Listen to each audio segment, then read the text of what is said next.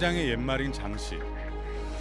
인류는 고대 국가 시대부터 장시, 즉 시장을 통해 물물 교환과 유통을 해왔다. 화폐의 발달로 제주에서도 시장은 물류 네트워크의 중심이었을 뿐만 아니라 집안의 대소사며 동네의 소소한 일까지 사람들은 시장에서 풀어냈다. 많은 사람들이 모이는 제주의 5일 시장은 불의에 맞선 뜨거운 항쟁과 혁명의 역사적 장소이기도 했다. 사람들의 희로애락이 묻어있고 소통의 공간이며 중요한 역사적 공간인 제주 5일 시장의 이야기를 찾아가 보자.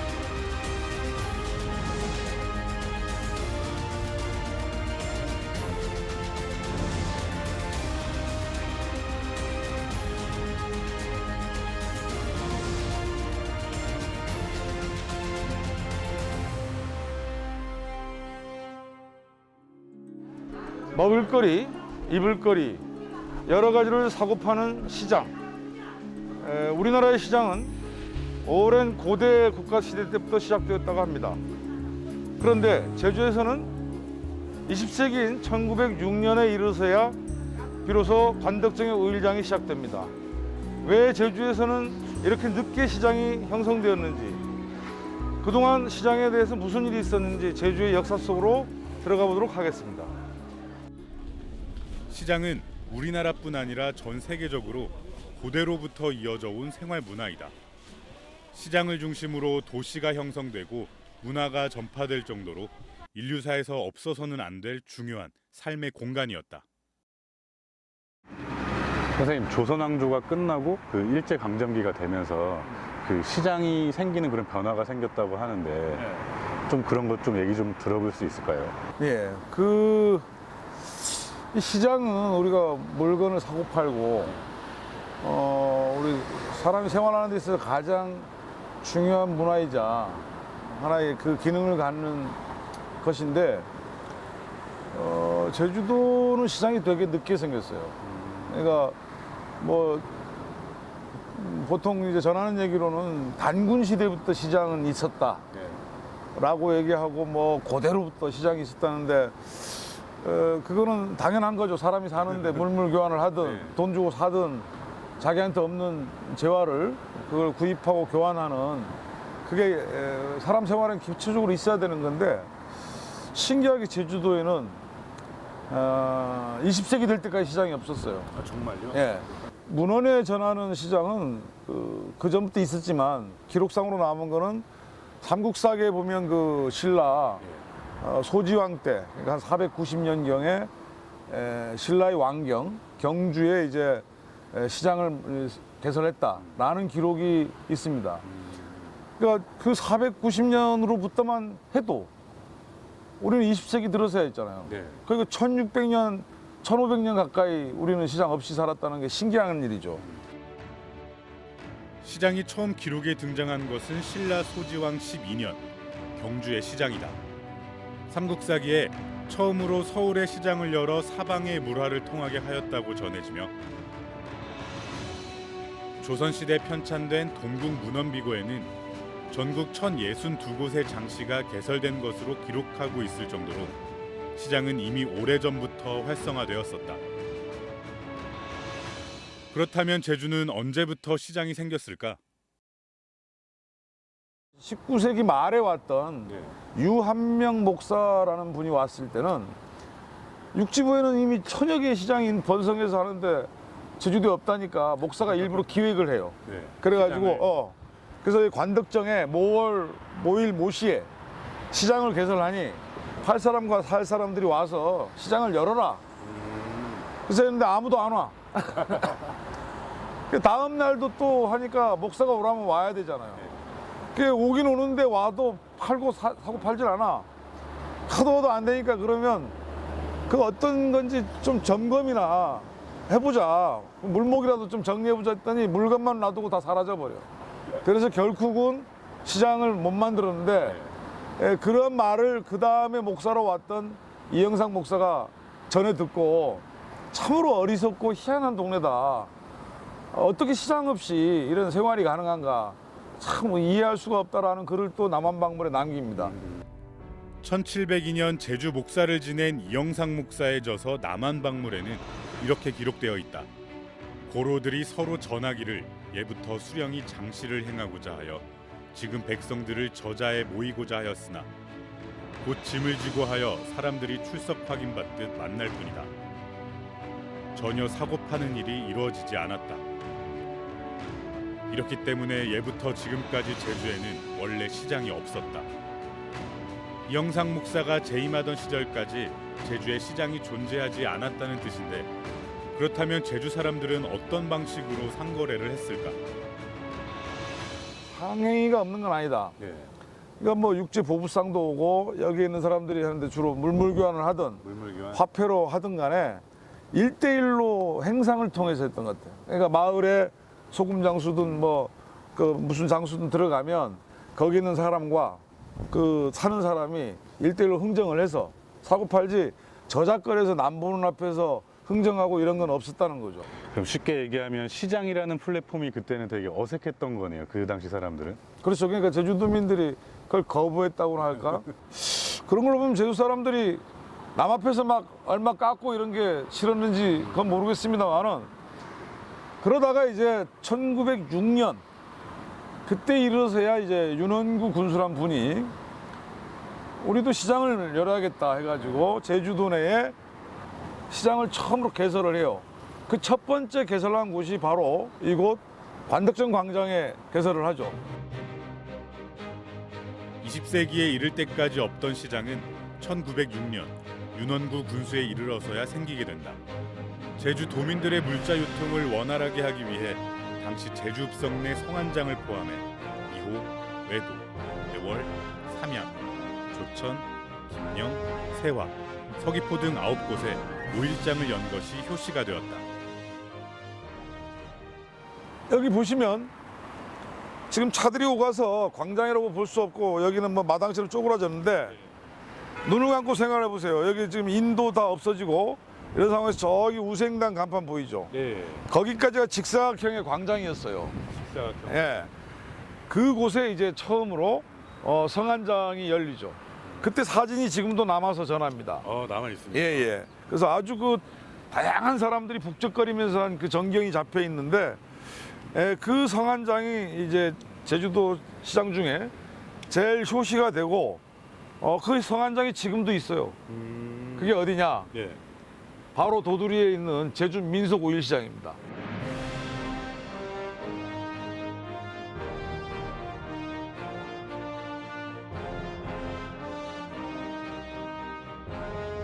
그러니까 시장이 계속 옮겨왔던 이유들은 뭐 상권이 이동해서인가요? 아니면은 다른 이유가 있나요? 도시가 개발되고 확장되면서 이제 뭐 이 사유지들이나 이런 게 계속 도시 개발 가는데, 이거는 어쨌든 약간의 공영시장이잖아요. 네.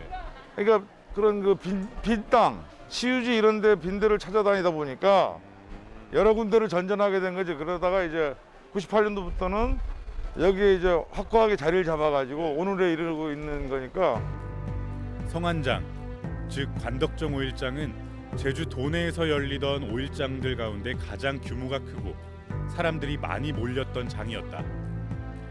1906년에 시작해 1960년대 중반까지 50년 이상을 관덕정에서 열리다가 시장이 커지면서 건입동 인근 탑동 주변까지 확대되었다. 이후 서사라 사거리, 적십자회관 주변, 종합경기장, 사라봉 기슭 등 6차례나 옮긴 후 현재 도두동에 자리 잡게 되었다고 한다. 제주시 민속오일시장은 있어야 할 것은 다 있는 전국 최대 규모의 오일장으로 명성이 자자하다. 그래도 아주 성공적으로 자리를 제대로 잡고 있고, 언제나 늘 오면 북적거리고 이제 제주도의 대표적인 오일장으로서 명성과 명맥을 제대로 유지하고 있는, 상당히 그 보기에도 좋고요. 관광객들한테도 요즘 어필해서, 물론 요즘 코로나 때문에 여기 많이 줄었겠지만 나름대로 인지도도 높여 있는 제주도의 어떤 만물상 같은 그런 시장이죠. 예. 그러니까 여기 제주도민들이 생활에 필요한 걸 언제든 가면 5일에 한 번씩은 맛볼 수 있고 구입할 수 있고 또 시장에 온다는 게 단순히 이제 물건을 사기 위해서만 온 게 아니라 하나의 눈여깃거리도 하고 시간도 보내고 일종의 문화적인 거잖아요. 그러니까 그런 측면의 역할을 지금도 잘 하고 있는 거죠. 예. 5일장은 정보가 소통되는 말 그대로 트인장이었다. 통신과 교통이 원활하지 못했던 시절 대부분의 정보는 주로 시장에서 교환됐다. 농사 정보나 물가 시세, 민심은 물론 혼사 문제도 오가기도 했었다. 빠른 정보와 편리한 교통의 시대지만 여전히 시장은 사람들의 이야기가 오고 가는 열린 공간이다. 여기가 5일시장에서 제일 먼 할망장터라고 불리는 곳인데 주로 할머니들 많이 나와가지고 하시는데 그 집에 우영팥이나 이런 데서 한 것들 그런데 옛날보다 엄청나게 시설이 좋아졌네요. 요거 아이고 수건수다. 요건 얼마면 수강? 예. 예? 10,000원? 요거 10,000원이니까 요거 봉투 하나만 놔줍시다. 요거 하나하고 그거 하나면 됐어. 현금이 없어. 현금이. 예. 카드도 됩니까? 카드도 돼요? 그러니까 여긴 카드 안 되지. 9곳으로 시작됐던 5일장은 1950년경에는 23개 지역으로 1970년대 말에는 25개 지역으로 늘어났다. 하지만 점차 매일 시장이 열리면서 감소세로 돌아선다. 현재는 제주시, 함덕, 표선, 세화, 한림, 대정, 중문, 서귀포, 성산읍 고성 9곳만 남아있다. 오일장은 혁명과 항쟁의 발생지기도 했다. 민심이 뜨겁게 요동쳤던 현장으로 찾아가 본다. 선생님, 그럼 이 길을 중심으로 해서 장이 섰던 건가요? 그렇죠. 지금 보면은 여기 길이 몇 개입니까? 몇 갈래요? 5거리, 6거리쯤 되겠는데요? 여기까지는 6거리잖아. 이게 실제로 5거리인데 이 5거리니까 이 동네 모든 사람들이나 이 주변 사람들이 몰려올 수 있는 거고 이 조천은 원래부터 그 의향으로도 소문난 곳이고 조선시대 말부터 식민지 시대까지 제주도의 대표적인 유림촌이기도 하고 또 근대 인물들이 많이 탄생한 곳이기도 합니다. 여기 비석거리 보시면 촥 여러 비석들이 있죠. 저기 다 찾아보면 이 조천에 관련된 인물들이나 또는 뭐 선정비 무슨 뭐 공덕비 이런 게 쭉 있는데 저런 게 많을수록 역사가 오래고 그런 마을들인데 조천 5일장 역시 최초에 열린 5일장 중 하나다. 현재는 폐장된 상태지만 5개의 도로가 교차하는 곳을 중심으로 장이 넓게 열렸었다. 이곳이 바로 조천 만세운동의 중심지였다. 조천 만세운동은 1919년 3.1운동이 일어난 후 제주시 조천읍에서는 그해 3월 21일부터 24일까지 4차례에 걸쳐 일어난 독립 만세운동이다. 여기는 이제 윤원구 군수가 설치했던 초기 5일장 중에 하나라고 생각을 합니다. 그래서 꽤 역사가 오래된 곳인데 지금은 뭐 폐장돼서 열리지 않지만 얘기를 들어보면 뭐 60년대 말 그때 70년대까지는 아마 존속했던 것 같아요. 물론 장소도 여기가 처음이지만 그러니까 해방 때까지는 여기가 쓰였고 그 다음에는 아까 조금 요쪽 위에 거기에 옮겼다가 또 저쪽 농협 있는 쪽으로 옮겼다가 뭐 이렇게 옮겨 다니다가 그 후에 이제 없어진 걸로 나오는데 없어진 배경은 아마 이 조천이 제주시 교통권의 종점으로 나중에 되거든요. 그러면 제주시 생활권에 이게 포함이 된 거잖아요.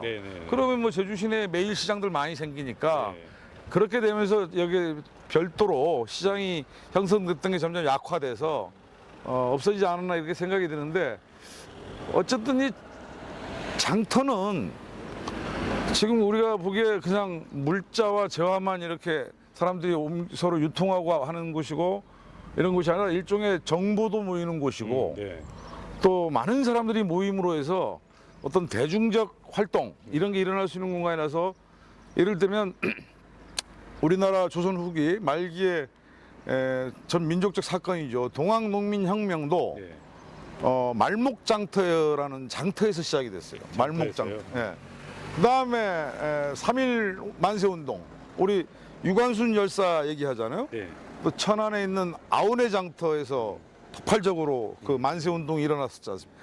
이 장터에서 이런 일들이 일어나는 건 우연이 아니라 장터에 수많은 사람과 정부가 모이고 하기 때문에 혁명적인 이런 저항적인 걸 할 때 사람들이 있는 곳에서 해야 되죠. 네, 네. 지금도 뭐 데모하려면 광화문이나 이런 데 가서 하는 이유가 사람들이 많이 모이는 곳이니까. 예. 장터는 물건을 사고 파는 곳만이 아니라 식민지 시대의 백성들이 울분을 표출했던 저항의 공간이고 발언의 공간이었다.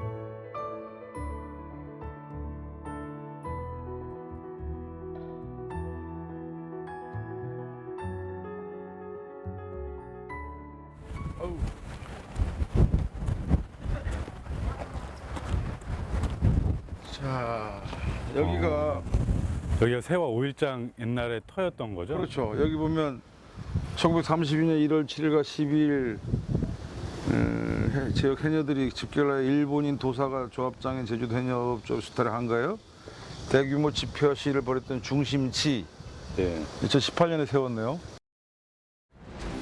세월이 해녀 항쟁의 불길이 솟았던 세화 5일장의 옛터다. 현재는 옛터의 흔적만 알 수 있는 비석만 남아있지만 연인원 17,000여 명이 참여했던 제주 최대 규모의 항일 운동지였다. 이 일제가 이제 해녀들의 그런 수산물 이렇게 채취한 것들을 말도 안 되는 가격으로 수매를 해서 그 경매가를 수매해서 이렇게 수탈하는 그러한 역할을 하게 되니까 이 의식 있는 젊고 똑똑한 해녀들이 들고 일어나서 네. 수탈과 이런 문제점에 대해 지적하고 여기서 일종의 그 집회와 시위를 대대적으로 예. 갔습니다. 그러니까 이제 주재소에 있던 순경들이 나와가지고 진압을 하려고 했는데 일단 숫자에서 밀리고 분위기에서 눌려가지고 실패를 하죠. 예. 진압을 못해요. 그렇게 해서 이제 약속을 받아내고 면장한테 예. 약속 받아내고 다시는 이런 재발되지 않도록 하겠다 했지만 이게 기만책이었지. 그걸 알고 그 다음 장날 12일 날 예. 이때는 이제 이 세와리 부근의 해녀만이 아니라 저기 우도, 성산포 예. 이 주변에 하여튼간 모든 해녀들이 다 모여가지고 일어나는데 이게 대대적인 이제 집회와 시위를 여기 이 장터에서 갔습니다. 우리는 제주도에 가엾는 해녀들 비찬난 살념살이 세상이도다.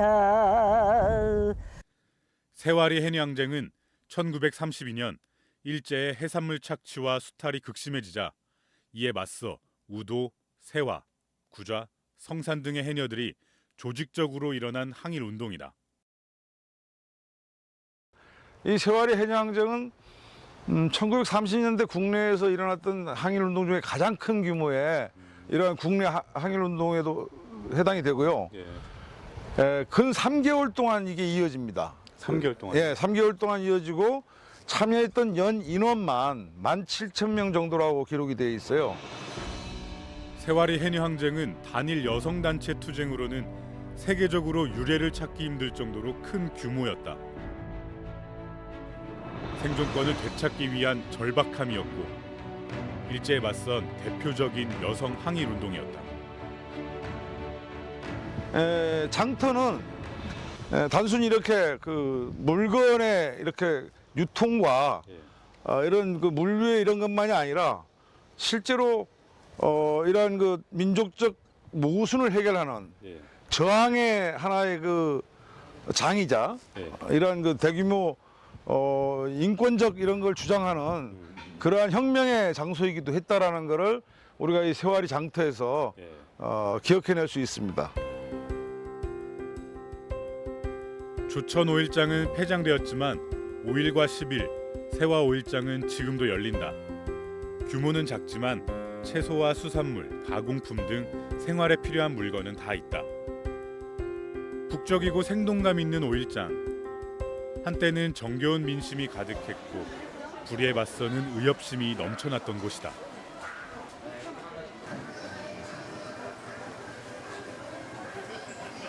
선생님, 그러면 시장이 이쪽으로 다시 옮겨온 건 거죠? 그렇지.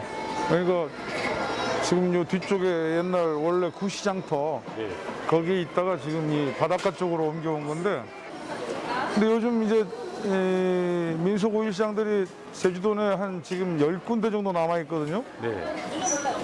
근데 이제 나름대로 다 이 국제관광지라는 그런 여건에 맞춰서 오늘도 와 보니까 지금 많이 빠졌지만 아까 처음에 왔을 때는 여기 그 관광객들이 엄청나게 많더라고. 네, 관광객들도 진짜 많이 있더라고요. 그러니까 기본적으로 생활 필수품을 이렇게 유통하는 재래시장의 역할도 있지만 세월이 바뀌고 환경이 바뀌면서 이제는 특히 이 주변의 이주민들이나 네. 또 관광객들이 왔다가 펜션 같은 데 왔던 관광객들이 하루 그냥 걸어서 이렇게 볼거리로 오는 이런 관광지로도 많이 각광받는 것 같아요. 근데 저희들도 외국 나가보면 이 여행 일정 중에 꼭 저녁 때 내다닐 때는 재래시장 찾아가지고 시장 구경하는 게 중요한 볼거리 중에 콘텐츠 중에 하나거든. 그런 측면에서 아주 활성화되어 있고 잘 되어 있다고 생각을 합니다.